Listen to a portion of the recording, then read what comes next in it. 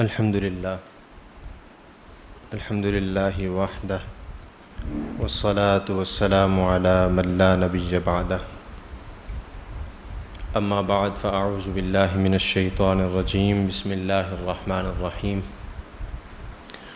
قال الله تبارك وتعالى في كلامه المجيد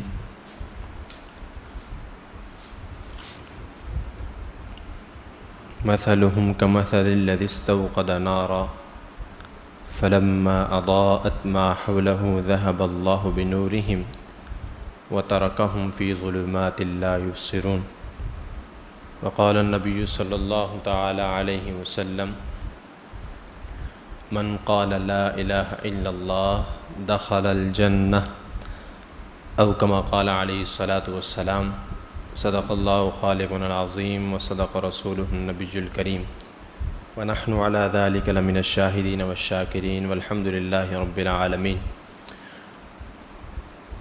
درود پاک پڑھ لیجیے۔ اللہم صلی وسلم علی سیدنا مولانا محمد مبارک وسلم وسلم علیہ۔ اللہ رب العزت کی حمد و ثنا کے بعد اللہ رب العزت کا کروڑہ کروڑ احسان کہ اس مالک لم یزل کی دی ہوئی عطا اور توفیق سے آج ایک بار پھر درس قرآن کی نشست میں ہم تمام جمع ہیں، اور اس امید اور نیت کے ساتھ کہ اللہ رب العزت کے لاریب کلام کو اپنی ناقص عقل کے مطابق سمجھنے اور پھر عمل کرنے کی کوشش کر سکیں۔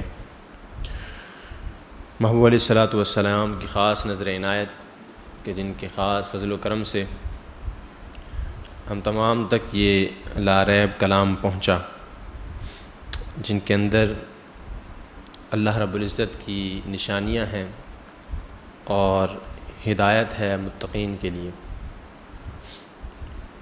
ابتدائی طور پر ایک بات عرض کرنا چاہتا ہوں کہ تفسیر قرآن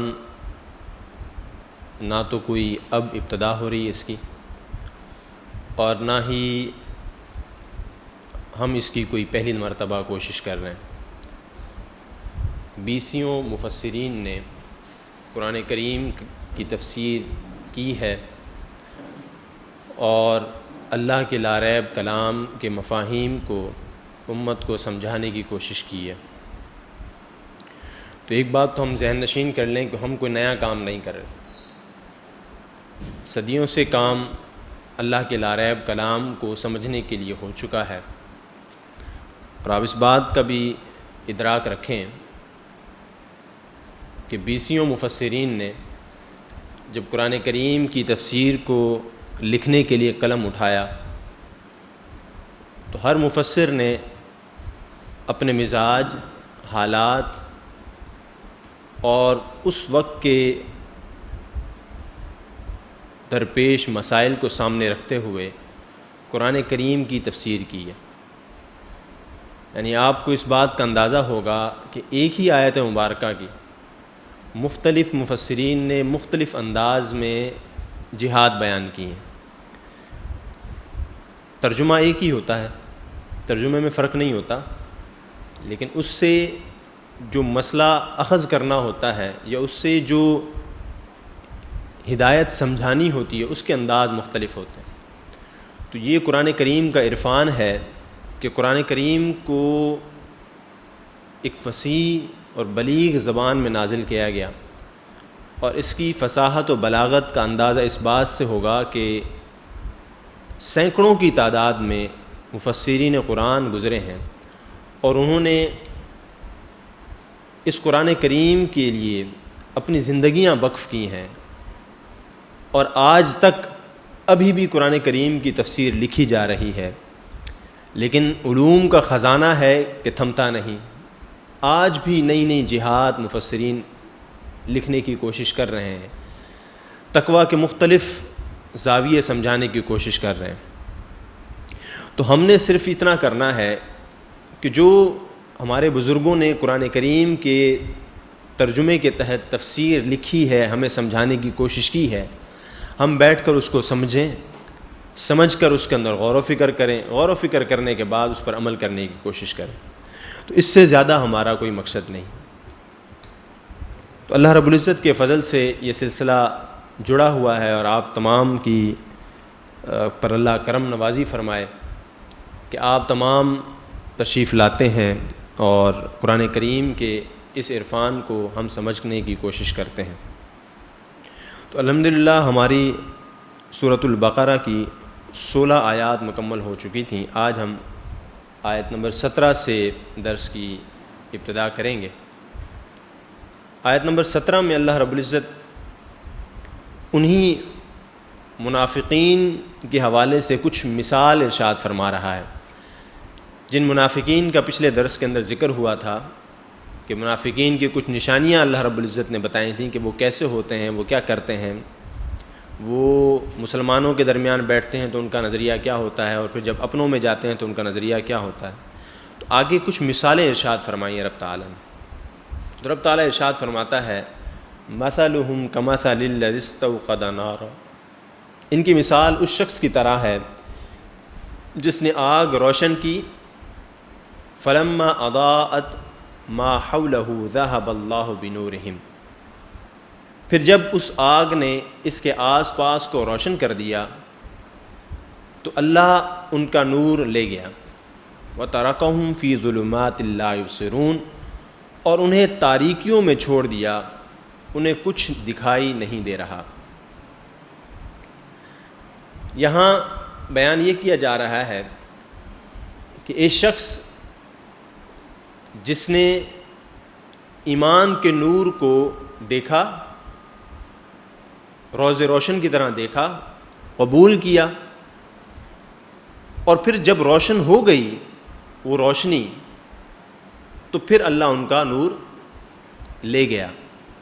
مراد کیا ہے کہ وہ جو روشنی تھی، وہ جو نورانیت تھی، وہ بظاہر تو انہوں نے اس کو قبول کیا ہوا تھا لیکن دل سے نہیں مان رہے.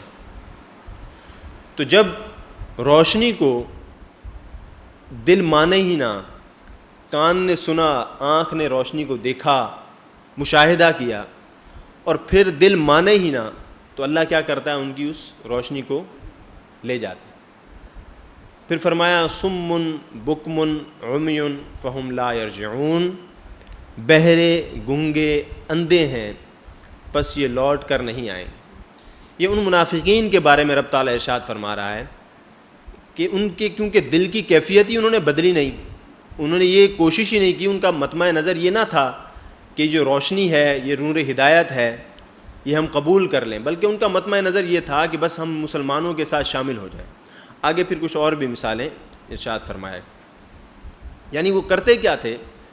کرتے یہ تھے کہ جیسے ہی دین اسلام کی روشنی ان کو نظر آتی، چمک دھمک نظر آتی، فتوحات نظر آتی، آسانیاں نظر آتی، تو وہ کیا کرتے؟ بھاگ کر کہتے کہ ہم مسلمان ہیں. اور جیسے ہی کوئی مشکلات پیش آتی، کوئی پریشانی نظر آتی، تو بھاگ کھڑے ہوتے اسلام سے. آگے بھی فرما رہے رب تعالیٰ فرماتا ہے آیت نمبر 19 کے اندر او کصیب من السماء، یا ان کی مثال آسمان سے اترنے والی بارش کی طرح ہے. او کصیب من السماء، آسمان سے اترنے والی بارش کی طرح ہے. فیہ ظلمات ورعد وبرق، جس میں تاریکیاں اور گرج اور چمک ہے. پہلی بھی مثال فرمائی، اب یہ دوسرے قسم کے لوگوں کی مثال فرما رہے ہیں. یا وہ ایسے بھی ہیں کچھ کہ جب وہ آسمان سے بارش نازل ہوتی ہے تو اس کے ساتھ آپ کو پتہ ہے نا کہ گرج چمک بھی ہوتا ہے، اندھیرا بھی ہوتا ہے. تو یہاں پر مفسرین نے لکھا اس سے مراد یہ ہے کہ آسمان سے اترنے والی بارش جو ہے نا وہ مثل اسلام کے ہے، مثل ایمان کے ہے، کہ جب وہ نازل ہوتا ہے تو وہ زمین کو زرخیز کرتا ہے، لیکن اس کے ساتھ کیا ہوتی ہے؟ تاریکی بھی ہوتی ہے، اندھیرا بھی ہوتا ہے، گرج چمک بھی ہوتی ہے.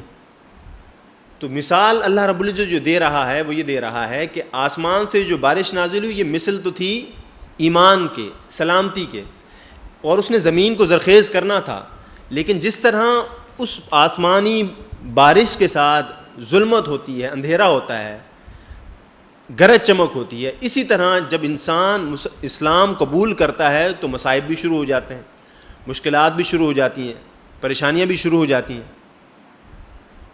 تو پھر وہ کیا کرتے ہیں؟ یجعلون اصابعہم فی آذانہم، یہ زوردار کڑک کی وجہ سے، موت کے ڈر سے اپنے کانوں میں انگلیاں ٹھوس لیتے ہیں. فی آذانہم من الصواعق حذر الموت، کانوں میں انگلیاں ٹھوس دیتے ہیں. یعنی وہ کیا کرتے ہیں کہ جب جیسے ہی مشکل پیش آتی ہے تو وہ کیا کرتے ہیں؟ کانوں میں انگلیاں ٹھوس لیتے ہیں اور پریشان ہو جاتے ہیں، بھاگ کھڑے ہوتے ہیں. پھر اب فرماتا ہے واللہ محیط بالکافرین، حالانکہ اللہ کافروں کے گھیرے ہوئے ہیں. وہ سمجھتے ہیں کہ ہم اب پریشانیاں آ گئی نا، مشکلات آ گئی تو کانوں میں انگلیاں ٹھوس لیں گے کہ اب یہ ایمان ہم تک نہ پہنچے. بھائی یہ بہت مشکل ہے، جیسے اس کو سنیں گے تو پریشانیاں آ جائیں گی، مشکلات آ جائیں گی، مصائب آ جائیں گے. لہٰذا کیا کرتے ہیں؟ وہ کانوں میں انگلیاں ٹھوس لیتے ہیں. اب مثال اللہ تعالیٰ آسمانی بارش، بجلی کی چمک اور بادل کے گرجنے کی دے رہا ہے، لیکن مراد یہاں پر کیا ہے کہ جب بھی ایمان وہ قبول کرتے، ایمان کی فتوحات کو دیکھتے، زمین کی زرخیزی کو دیکھتے تو کیا کرتے؟ بھاگتے بھاگتے ایمان لے آتے. اور جیسے مصائب آنے لگتے، مشکلات آنے لگتے تو وہ کیا کرتے؟ کانوں میں انگلیاں ٹھوس لیتے. تو اللہ فرما رہا ہے کہ ان کے کانوں میں انگلیاں ٹھوسنے سے یہ بچ نہیں جائیں گے. اللہ کافروں کو گھیرے ہوئے ہیں. یکاد البرق یخطف ابصارہم، بجلی یوں معلوم ہوتی ہے کہ ان کی نگاہیں اچک لے. یکاد البرق یخطف ابصارہم، بجلی تو ایسی معلوم ہوتی ہے کہ ان کی نگاہوں کو اچک کے لے جائے. یعنی ان کا تقاضا تو یہی ہے، ان کی حرکتیں ایسی ہیں، ان کے اعمال ایسے ہیں کہ اللہ تعالیٰ ان کی آنکھوں کو اچک لے، نگاہوں کو اچک لے، یعنی ان کو اندھا کر دے. لیکن اللہ رب العزت نے اندھا کیا نہیں، وہ اندھے ہوئے نہیں. یہاں سے ایک بات یہ سمجھ میں آئی کہ بجلی کا کام اچک لینا ہے، لیکن اللہ کی مشیت شامل ہوگی تو بجلی اچکے گی، ورنہ نہیں اچلے گی. یعنی بجلی کا کام جو ہے وہ نقصان پہنچانا ہے، لیکن اگر اس کے اندر اللہ کی مشیت شامل ہوگی تو وہ عمل ہوگا، ورنہ نہیں ہوگا. بات سمجھ میں آ گئی؟ آگے فرمایا کلما اضاء لهم مشوا فیہ، حالت یہ ہے کہ جب کچھ روشنی ہوئی تو اس میں چلنے لگے. وَإِذَا أَظْلَمَ عَلَيْهِمْ قَامُوا، اور جب ان پر اندھیرا چھا گیا تو کھڑے رہ گئے. یہ انہی کے بارے میں ذکر ہو رہا ہے کہ جیسے پھر کوئی تھوڑی سی روشنی نظر آئی، تھوڑی سی آسانیاں نظر آئی، تھوڑی سی فتوحات نظر آئی تو پھر داخل ہوگی جی ہم تمہارے ساتھ ہیں. اور پھر جب تھوڑی سی ظلمت سامنے آئی، تھوڑا سا اندھیرا چھایا، یہ مثال ساری بارش سے دی جا رہی ہے، لیکن مراد کیا ہے؟ وہی ہے کہ جیسے پھر تھوڑی سی مصائب آئی، تھوڑی سی مشکلات آئی تو کیا کیا انہوں نے؟ پھر کھڑے ہو گئے. وَلَوْ شَاءَ اللَّهُ لَذَهَبَ بِسَمْعِهِمْ وَأَبْصَارِهِمْ، اور اگر اللہ چاہتا تو ان کے کان اور آنکھیں سلب کر لیتا. یعنی اللہ اگر چاہتا تو ان کے کان اور آنکھیں سلب کر لیتا، چھین لیتا ان سے ان کی بینائی، چھین لیتا ان سے ان کی گویائی. کیوں؟ کیونکہ وہ سمجھتے تھے کہ شاید ہم کانوں میں انگلیاں ٹھوس لیں گے اور آنکھیں بند کر لیں گے تو کیا ہوگا؟ ہم ان مصائب سے بچ جائیں گے، ان مشکلات سے بچ جائیں گے، جبکہ ایسا نہیں ہے. ان اللہ علی کل شیء قدیر، اللہ ہر شے پر قادر ہے، اللہ ہر شے پر قادر ہے. یہاں پر ایک مسئلہ سمجھیں، اللہ ہر شے پر قادر ہے سے کیا مراد ہے؟ بسا اوقات یہ بات بولی جاتی ہے اور کچھ لوگوں نے اس بات کا ذکر بھی کیا ہے کہ اللہ ہر شے پر قادر ہے تو اس کا مطلب ہے کہ اللہ معاذ اللہ جھوٹ بولنے پر بھی قادر ہے. کیا اللہ جھوٹ بول سکتا ہے؟ یعنی اللہ ہر شے پر قادر ہے تو اللہ معاذ اللہ جھوٹ بول سکتا ہے؟ اللہ ہر شے پر قادر ہے تو کیا معاذ اللہ اپنا علم ختم کر سکتا ہے؟ ایسا نہیں. یاد رکھیے گا ان اللہ علی کل شیء قدیر سے مراد ہے اللہ ہر ممکن شے پر قادر ہے.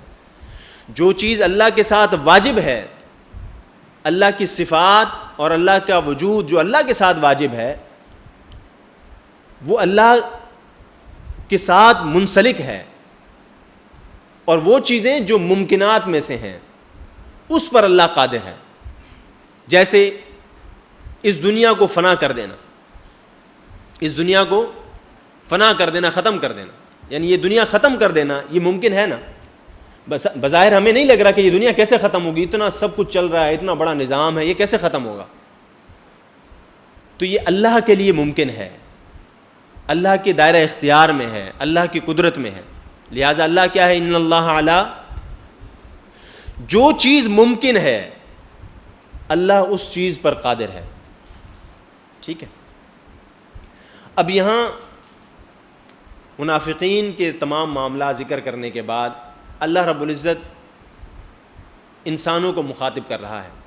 ایک بات یہاں پر سمجھ لیجئے، ہمارے ہاں جب قرآن کریم کی ہم تفسیر پڑھتے ہیں تو ابتدائی اسباق میں ہم پڑھتے ہیں ایک چیز کہ مکی صورتیں کون سی ہیں اور مدنی صورتیں کون سی ہیں.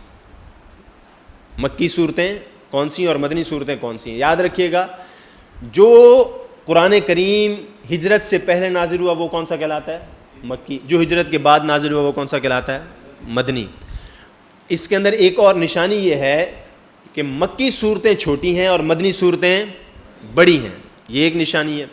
دوسری ایک نشانی ہے کہ مکی صورتوں کے اندر عقیدہ توحید بیان کیا گیا ہے، عقیدہ رسالت بیان کیا گیا ہے، عام لوگوں کو مخاطب کیا جاتا ہے، جنت دوزخ کا بیان کیا گیا ہے، انبیاء کے قصے بیان کیے گئے، اور مدنی صورتوں کے اندر شریعت بیان کی گئی. واضح ہو گیا؟ یاد رہے گا انشاءاللہ. اب سورۃ البقرہ ہم نے دیکھی کہ یہ سورۃ البقرہ مدنی ہے، ابتدا میں ہم نے پڑھی سورۃ البقرہ مدنی ہے. ایک نشانی اس کے اندر یہ کہ بڑی ہے، یہ تو واضح ہو گئی، بڑی صورت ہے یہ. دوسری نشانی ہم نے اس کے اندر پڑھی کہ ان مدنی صورتوں کے اندر یا ایھا الذین آمنوا سے مخاطب کیا جاتا ہے، ایمان والوں کو مخاطب کیا جاتا ہے. یہاں پر آیت کیا ہے؟ یا ایھا الناس. اب یہاں پر سوال پیدا ہوتا ہے کہ مراد مدنی صورتوں کے تو یا ایھا الذین آمنوا مخاطب کرنا تھا، یا ایھا الناس کیسے آ گئی؟ سوال پیدا ہوتا. ہم نے جو نشانیاں پڑھی تو یہاں پر جواب یہ ہے کہ یہ مدنی صورت مدینہ ہجرت کے بعد ابتدائی صورت. تو یہاں پر بھی کیونکہ ابتدا میں ابھی مشرکین بھی موجود تھے، یہود بھی موجود تھے، اور وہ مضبوط بھی تھے. مشرکین بھی موجود تھے، یہود و نصارہ بھی موجود تھے، اور مضبوط بھی تھے. بظاہر انصار وہاں پر ایک بہت بڑا قبیلہ تھا، مختلف قبائل پر مبنی انصار بہت مضبوط تھے، لیکن بظاہر وہ بڑا قبیلہ تھا. اصل حکومت کن کی تھی؟ یہود کی تھی. تو یہاں پر بھی اللہ رب العزت نے عمومی مخاطب فرمایا، یا ایھا الناس، اے لوگو، اعبدوا ربکم الذی خلقکم، عبادت کرو اپنے رب کی جس نے تمہیں پیدا کیا. اب دلیل قائم کیے جا رہا ہے. منافقین کا ذکر کرنے کے بعد اب مخاطب کر کے لوگوں کو دین اسلام کی طرف راغب کیا جا رہا ہے، رغبت دلائی جا رہی ہے. کیسے رغبت دلائی جا رہی ہے؟ اے لوگو، عبادت کرو جس نے تمہیں پیدا کیا. ربکم الذی خلقکم، ربکم کہتے ہیں اپنے رب کی، الذی خلقکم جس نے تمہیں پیدا کیا، والذین من قبلکم لعلکم تتقون، اور تم سے پہلے لوگوں کو پیدا کیا یہ امید کرتے ہوئے عبادت کرو کہ تمہیں پرہیزگاری مل جائے.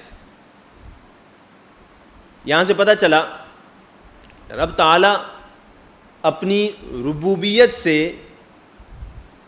اپنی الوہیت کی طرف انسان کو مائل کر رہا ہے کہ اپنے رب کی عبادت کرو. کس رب کی عبادت کرو؟ جس نے تمہیں پیدا کیا، اور صرف تمہیں پیدا نہیں کیا بلکہ فرمایا تم سے پچھلوں کو بھی پیدا کیا، تمہارے آباء و اجداد کو بھی پیدا کیا. اب یہ بات ہمیں سمجھ لینی چاہیے کہ اللہ رب العزت کتنے پیارے انداز سے، رب تعالیٰ نے اپنے مخلوق کو اس نے پیدا کیا ہے. تھوڑا پیچھے ہم جائیں تو کتنا سخت انداز ہے، مثالیں دے کر فرما رہے ہیں کہ یہ ایسے ہیں، یہ ایسے ہیں، یہ ایسے ہیں، یہ ایسے ہیں.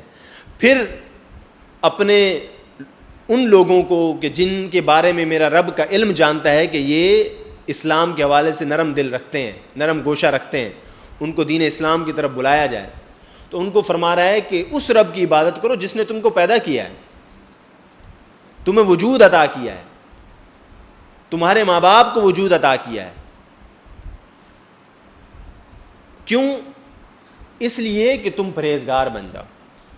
یہاں سے پتہ چلا کہ ایک بات تو اس کے اندر ہے کہ عبادت کرو. عبادت کیا ہوتی ہے؟ عبادت کیا چیز ہوتی ہے؟ ایک بات تو سمجھیں کہ عبادت یہ ہوتا ہے کہ انتہائی تعظیم کے ساتھ اپنے آپ کو بندہ سمجھتے ہوئے اور معبود کو الہ سمجھتے ہوئے اس اعتقاد کے ساتھ اور اس اعتراف کے ساتھ انسان عبادت کرے. یعنی جب عبادت کرنے کے لیے کھڑا ہو یا عبادت کرنے کی نیت کرے تو یہ پہلے تسلیم کرے, اس بات کا اعتراف کرے کہ میں بندہ ہوں, میں عبد ہوں, بندہ ہوں, اور جس معبود کی عبادت کر رہا ہوں وہ الہ ہے, وہ معبود ہے. اس کا اعتراف بھی کرے اور دل و جان سے اس کو تسلیم کرتے ہوئے یہ اعتقاد بھی رکھے اور اس اعتقاد اور اعتراف کے ساتھ عبادت کرے. اس کو کہتے ہیں عبادت. ایک مسئلہ میں یہ سمجھ میں آیا. دوسرا یہ فرمایا کہ عبادت کرو اور ساتھ میں دلیل قائم کی. کیوں کرو عبادت؟ کیونکہ ہم نے تمہیں پیدا کیا ہے اور تمہارے پچھلوں کو بھی پیدا کیا ہے. اور پھر ساتھ میں فرما دیا کہ یہ نہ سمجھنا کہ اس عبادت سے شاید کوئی ہمیں فائدہ ہونے والا ہے, کیونکہ ہم نے تمہیں پیدا کیا, تمہارے آباء و اجداد کو پیدا کیا, تو اس کے عوض تم عبادت کرو کہ کوئی بدلہ دو گے ہمیں. بات سمجھ میں آ رہی؟ آیت کو سمجھیں. رب فرما رہا ہے عبادت کرو اس رب کی جس نے تمہیں پیدا کیا, تمہارے آباء و اجداد کو پیدا کیا. کیوں؟ تاکہ تم پرہیزگار ہو جاؤ. تو کیا یہاں مراد یہ ہے کہ اللہ رب العزت نے کیونکہ ہمیں پیدا کیا اور ہمارے آباء و اجداد کو پیدا کیا تو اس کا بدلہ دینے کے لیے ہم اللہ کی عبادت کریں گے؟ نہیں. فرمایا لعلکم تتقون, تاکہ تمہیں پرہیزگاری ملے, تاکہ تم پرہیزگار بن جاؤ. عبادت کرنے سے رب کو کوئی فائدہ, اس کی ربوبیت کے اندر, اس کی الوہیت کے اندر کوئی اضافہ نہیں ہونے والا. صبح و شام لا تعداد فرشتے, لا تعداد ملائکہ اللہ کی حمد و ثنا بیان کر رہے ہیں. انسانوں کی تعداد تو مخصوص ہے نا, فرشتوں کی تعداد لامحدود ہے. وہ صبح و شام اللہ کی حمد و ثنا بیان کر رہے ہیں. ضرورت نہیں ہے, رب تعالیٰ کو ضرورت نہیں ہے. فرمایا لعلکم تتقون, دماغ میں یہ مت لانا کہ اس کا بدلہ دینا ہے, بلکہ اس لیے عبادت کرو تاکہ تم پرہیزگار بن جاؤ. تو ہم نے عبادت کس لیے کرنی ہے؟ اپنے لیے. پھر آگے فرمایا اور کیا کیا اس نے؟ تمہیں پیدا کیا, تمہارے پچھلوں کو پیدا کیا. پھر فرمایا الذی جعل لکم الارض فراشا, جس نے تمہارے لیے زمین کو فرش بنایا. اب آسائش کے بارے میں بتا رہا ہے رب تعالیٰ, اپنے انعامات کے بارے میں بتا رہا ہے رب تعالیٰ. ایک تو بڑا انعام کر دیا نا کہ ایجاد کیا ہے, عدم وجود سے وجود میں لایا ہے. ہمارا وجود نہ تھا, وہ وجود دیا اس نے عطا کیا. پھر وجود دینے کے بعد اس نے اکیلا نہیں چھوڑ دیا, بے یار و مددگار نہیں چھوڑ دیا, بلکہ اس وجود کے لیے زمین بھی فراہم کی, فرش فراہم کیا تاکہ اس پر تم قیام کر سکو, کھڑے ہو سکو. ٹھیک ہے. پھر فرمایا والسماء بناء, اور آسمان کو چھت بنایا. آسمان کو کیا بنایا؟ بے چھت نہیں بنایا, ایسے نہیں چھوڑ دیا کہ کچھ نظر ہی نہ آئے اوپر. آسمان کو کیا بنایا؟ چھت بنایا. وَأَنزَلَ مِنَ السَّمَاءِ مَاءً, اور اس نے آسمان سے پانی اتارا. کیوں اتارا؟ فَأَخْرَجَ بِهِ مِنَ الثَّمَرَاتِ, پھر اس پانی کے ذریعے تمہارے لیے کیا پیدا کیے؟ رزق پیدا کیا, کھانے پیدا کیے. رزقا لکم من الثمرات رزقا لکم, یعنی آسمان سے پانی نازل کیا اور اس پانی کے ذریعے کیا کیا؟ زمین سے رزق پیدا کیا, تمہارے لیے غذا کے طور پر رزق پیدا کیا. تو اللہ رب العزت اب دلائل قائم کر رہا ہے. کیا قائم کر رہا ہے؟ دلائل قائم کر رہا ہے کہ تمہیں پیدا کیا, تمہارے پچھلوں کو پیدا کیا, تمہارے لیے زمین بنائی, تمہارے لیے آسمان بنایا, اور پھر آسمان سے بارش برسائی. بارش برسائی کیوں؟ تاکہ تمہارے لیے اس زمین سے رزق پیدا کر سکے, کتنی خوبصورت بات ہے. 1450 سال پہلے یہ آیات نازل ہو رہی ہیں, 1450 سال پہلے. اور عرب کی زمین ریگستان تھا. عرب کی زمین کیا تھی؟ وہاں زرخیزی کا کانسیپٹ کم تھا. زرخیزی کا کانسیپٹ کم تھا. مویشیوں کا کانسیپٹ زیادہ تھا. بھیڑ بکریوں کا کانسیپٹ زیادہ تھا. کھیتی باڑی نہیں کی جاتی تھی بلکہ مویشی پالے جاتے. لیکن اللہ رب العزت نے 1450 سال پہلے سائنس کا ایک بہت بڑا خوبصورت نظریہ ہمارے سامنے رکھا کہ زمین سے جو اناج اگتا ہے وہ کس کے ذریعے اگتا ہے؟ پانی کے ذریعے اگتا ہے. کس کے ذریعے؟ پانی کے ذریعے. تو سائنس نے ترقی کر کے یہ بات سمجھی کہ بیج زمین میں لگے گا, پھر اس کو پانی بھی چاہیے. اللہ نے اسباب بتائے ہیں. آسمان سے پانی نازل کیا, زمین سے بیج فصل اگی. اب ضرورت زمین کو پانی کی دی تو انسان نے کیا کیا؟ اس پانی کو جمع کیا. جمع کرنے کے بعد اس زمین میں لگا دیا تو وہ ضرورت پوری ہو گئی. تو پتہ چلا اللہ رب العزت فرما رہا ہے کہ اس رب کی عبادت کرو, اس رب کی عبادت کرو جس نے اتنی ساری نعمتیں تمہیں دی ہیں. دلائل قائم فرما رہا ہے. اس کے بعد اللہ رب العزت اپنے قرآن, اپنے کلام اور اپنے محبوب علیہ الصلوۃ والسلام کی حقانیت کو واضح کرنے کے لیے, حق کو واضح کرنے کے لیے ایک چیلنج دے رہا ہے. کیا دے رہا ہے؟ چیلنج دے رہا ہے. اتنی ساری باتیں کر کے اب چیلنج دے رہا ہے. کیا چیلنج دے رہا ہے؟ فرما رہا ہے وَإِن كُنتُمْ فِي رَيْبٍ مِّمَّا نَزَّلْنَا, اور اگر تمہیں اس کتاب کے بارے میں کوئی شک ہے. کس میں شک ہے؟ مِّمَّا نَزَّلْنَا, جو ہم نے نازل کی. عَلَىٰ عَبْدِنَا, اپنے بندے پر, اپنے محبوب بندے پر جو ہم نے نازل کیا. فَأْتُوا بِسُورَةٍ مِّن مِّثْلِهِ, تو تم اس جیسی کوئی ایک صورت لے آؤ. کیا لے آؤ؟ اگر تمہیں لگتا ہے کہ یہ اس میں کوئی شک ہے, یہ کوئی خود بندہ بول رہا ہے, لکھ رہا ہے. کفار کو یہ اعتراض تھا. کیوں؟ کیونکہ نبی کریم علیہ الصلوۃ والسلام کو انہوں نے دیکھا تھا کہ بھائی ان کی جوانی ہمارے سامنے, بچپن ہمارے سامنے گزرا, ان کی جوانی ہمارے سامنے گزری. یہ کسی مدرسے میں نہیں گئے, کسی مکتب میں نہیں گئے, کسی کے پاس پڑھنے نہیں گئے, کسی شاعر کے پاس نہیں بیٹھے, کسی عالم کے پاس نہیں بیٹھے. انہوں نے تو 40 سال کی عمر میں آ کر ایک دین کا ہی اعلان کیا ہے. ایک بندے کا پتہ ہوتا ہے نا کہ بھائی یہ فلاں جگہ کسی یونیورسٹی کے اندر, کسی مکتب کے اندر پڑھا ہے, پھر آ کے وہ نظریہ بیان کر رہا ہے. ایسا ہوتا ہے. لیکن ایک ذات ہے جن کے بارے میں پتہ ہے کہ 40 سال کی عمر بڑی ہوتی ہے, اچھی خاصی عمر ہوتی ہے. یعنی 40 سال کی عمر ایک شخص ہمارے درمیان رہا, نہ کبھی کسی مکتب میں گیا, نہ کسی مدرسے میں گیا, نہ کسی عالم کے پاس بیٹھا, نہ کسی مدرس کے پاس بیٹھا. آج وہ ایک دین کا بھی اعلان فرما رہا ہے اور باقاعدہ آیاتیں پڑھ پڑھ کر بھی سناتا ہے اور مسائل پڑھ پڑھ کر بھی اس کے حل نکال کے دیتا ہے اور اعلان کرتا ہے کہ یہ قرآن ہے اور مجھ پر وحی نازل ہوتی ہے.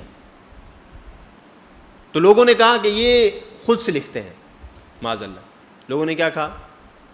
خود سے بناتے ہیں اور ہمیں سناتے ہیں. تو رب تعالیٰ نے یہاں چیلنج فرمایا کہ تم سمجھتے ہو کہ یہ خود سے لکھتے ہیں؟ اگر تمہیں اس میں کوئی شک ہے کہ یہ رب کا کلام نہیں ہے تو اس جیسی کوئی ایک صورت لے آؤ. وَادْعُوا شُهَدَاءَكُم مِّن دُونِ اللَّهِ إِن كُنتُمْ صَادِقِينَ, اور اللہ کے سوا اپنے سب حمایتیوں کو بلا لو اگر تم سچے ہو. یعنی اللہ رب العزت چیلنج دے رہا ہے ان تمام کفار و مشرکین کو کہ اگر تمہیں شک ہے اس قرآن کے اندر کہ یہ قرآن سچا نہیں اور کسی بندے کا لکھا ہوا ہے تو پھر تم کیا کرو؟ اس جیسی ایک کوئی صورت بنا کر لے آؤ. تو یہ تا قیامت, اس وقت سے لے کر اب تک تا قیامت جو ہے کیا ہے, یہ چیلنج انسانیت کے لیے کہ جو آج بھی کچھ لوگ قرآن کریم کو نہیں مانتے نا, قرآن کریم پر ایمان نہیں لاتے, ایمان نہیں رکھتے اور اس کو ایک الہامی کتاب نہیں سمجھتے. جیسے مثال کے طور پہ نصارہ ہیں. نصارہ کون ہے؟ عیسائی. کون ہے نصارہ؟ عیسائی. تورات, زبور اور انجیل 3 کتابیں پہلے گزری ہیں، تو اس میں سے تورات اور زبور تک مل گئی. تورات اور زبور تک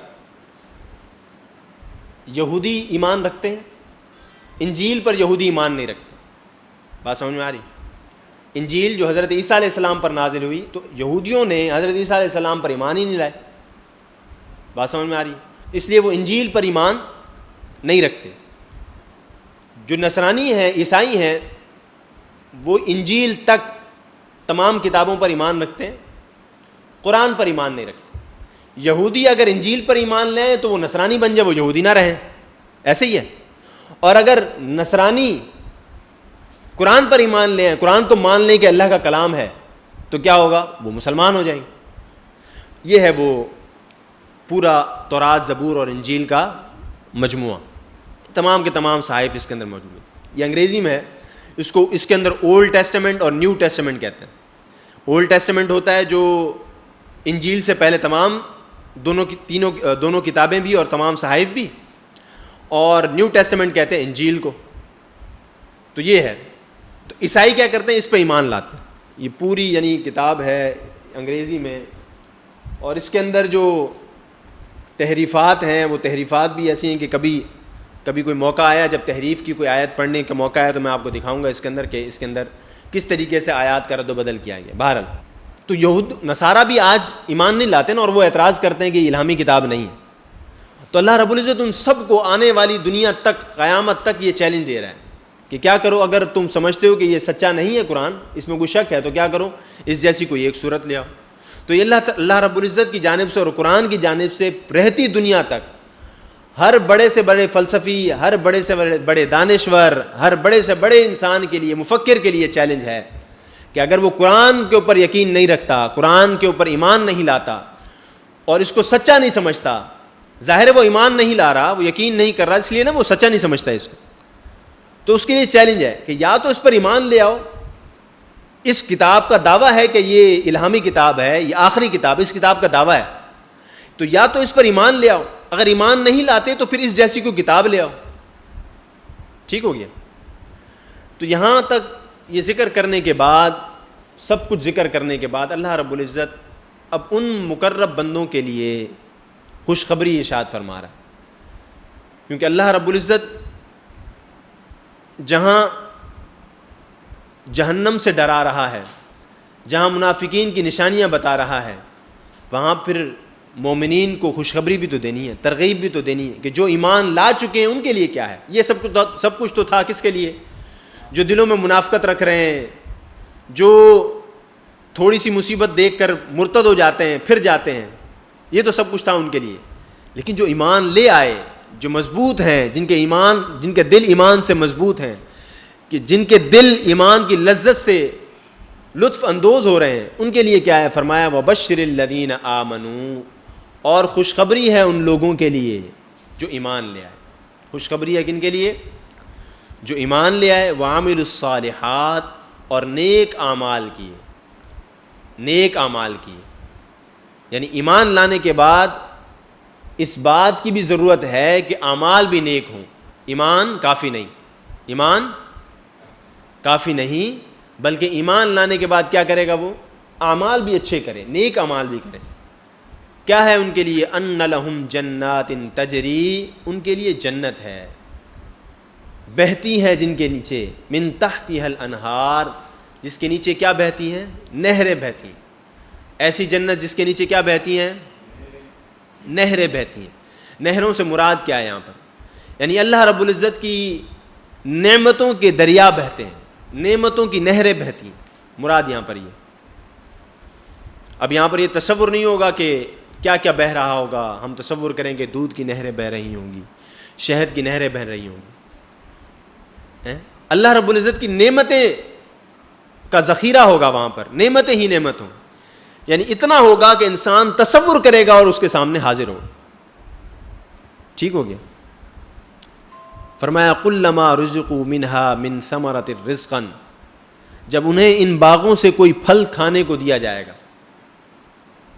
قالوا ھذا الذی رزقنا من قبل، تو کہیں گے یہ تو وہی رزق ہے جو ہمیں پہلے دیا گیا تھا. کیا کہیں گے؟ یہ تو وہی رزق ہے جو ہمیں پہلے دیا گیا تھا. یعنی جو پھل دیے جائیں گے نیک لوگ، پہلی تو بات یہ کہ جنت میں کون جائے گا؟ نیک لوگ جائیں گے. جو نیک لوگ جائیں گے تو جن نیک لوگوں کو اللہ رب العزت نے دنیا کے اندر اپنے انعامات سے نوازا ہوگا، وہ کہیں گے یہ تو وہی پھل ہیں جو دنیا میں اللہ رب العزت نے ہمیں عطا کیا تھا. یعنی مقصد یہ ہے کہ جو نیک لوگ ہوں گے وہ دنیا کے اندر بھی اللہ کی نعمتوں کے خزانوں سے لطف اندوز ہو رہے ہوں گے. اب وہ نعمت کیا ہو سکتی ہے؟ وہ روحانی نعمت بھی ہو سکتی ہے، وہ جسمانی نعمت بھی ہو سکتی ہے. تو وہ کیا کریں گے؟ جنت میں بیٹھ کر بھی کہیں گے یہ نعمتیں تو ہمیں پہلے بھی میسر تھیں، لیکن جیسے ہی وہ کھائیں گے وَأُتُوا بِهِ مُتَشَابِهًا، حالانکہ انہیں ملتا جلتا پھل دیا گیا ہو. فرق ہوگا، ملتا جلتا پھل ہوگا. کیوں کہا گیا ملتا جلتا پھل ہوگا؟ کیونکہ فرق ہوگا. دکھنے میں ان کو لگے گا ایک جیسا ہے، لیکن جیسے وہ اس کو چکھیں گے، اس کو کھائیں گے، اس کو استعمال کریں گے تو ان کو پتہ چلے گا کہ نہیں یہ جنت کا پھل ہے، یہ جنت کا پھل ہے، اس میں کچھ خاص ہے. وَلَهُمْ فِيهَا أَزْوَاجٌ مُطَهَّرَةٌ، اور جنتیوں کے لیے ان باغوں میں پاکیزہ بیویاں ہوں گی. وہ حوروں کی صورت میں بھی ہو سکتی ہیں، وہ اور صورت میں بھی ہو سکتی ہیں. پاکیزہ سے مراد کیا ہے؟ کہ دنیا کے اندر جس طرح انسان کے اندر بہت ساری فطری خرابیاں ہیں، ایسی خواتین کے اندر بھی ہیں، مرد کے اندر بھی ہیں، خواتین کے اندر بھی ہیں. تو جنت کے اندر مرد بھی ہر قسم کی خرابی سے دور ہوں گے، مرد بھی ہر قسم کی عیب سے دور ہوں گے. کوئی عیب نہیں ہوگا، کوئی خرابی نہیں ہوگی، کوئی گندگی نہیں ہوگی، کوئی حاجت کے لیے نہیں ہوگا معاملہ. یعنی کھائیں گے پیئیں گے، ہاضمے والا کانسیپٹ نہیں ہوگا. بات سمجھ میں آ رہی ہے؟ ادھر تو کھاتے پیتے ہیں تو پھر ہاضمہ بھی ہوتا ہے نا، تو وہاں ایسا کچھ کانسیپٹ، بس کھائیں گے پیئیں گے اور صرف لطف اندوز ہوں گے. وہاں کوئی گندگی کا کانسیپٹ نہیں ہوگا، کوئی خرابی کا کانسیپٹ نہیں ہوگا. بات سمجھ میں آ رہی؟ اور یہاں پر کیونکہ وَلَهُمْ فِيهَا أَزْوَاجٌ مُطَهَّرَةٌ کا پاک بیبیاں ہوں گی، تو یہاں پر ایسا مراد نہیں ہے کہ یہاں خراب ہوتی ہیں اور وہاں پاک ہوں گی، ایسا نہیں. جیسے یہاں خراب مرد ہیں اور جنت میں وہ ٹھیک ہوں گے، ویسے یہاں خراب عورتیں وہ جنت میں ٹھیک ہوں گی. تو یہاں پر کوئی خاص خواتین کو ایڈریس نہیں کیا گیا، بلکہ بتایا گیا کہ فطری طور پر جو خرابیاں مردوں کے اندر ہوں گی دنیا کے اندر وہ بھی وہاں نہیں ہوں گی، اور فطری طور پر جو خواتین کے اندر بیماریاں ہوتی ہیں وہ بھی وہاں نہیں ہوں گی. وَهُمْ فِيهَا خَالِدُونَ، اور ایک اور بات بھی ہے، رہنا بھی وہاں ہمیشہ ہمیشہ ہے، وہاں سے نکالے بھی نہیں جائیں. بات سمجھ میں آ گئی؟ یہاں سے کیا پتہ چلا؟ یہاں سے یہ پتہ چلا کہ جنت مسلمانوں کے لیے الٹیمیٹ، مسلمان جو ہے وہ جنت میں جائے گا. نبی کریم علیہ الصلوۃ والسلام نے ارشاد فرمایا من قال لا الہ الا اللہ دخل الجنہ. اب لا الہ الا اللہ ایمان کی کیفیت ہے، اس کی حفاظت کے ساتھ جو جنت انتقال کر گیا، مر گیا، وہ جنت میں جائے گا.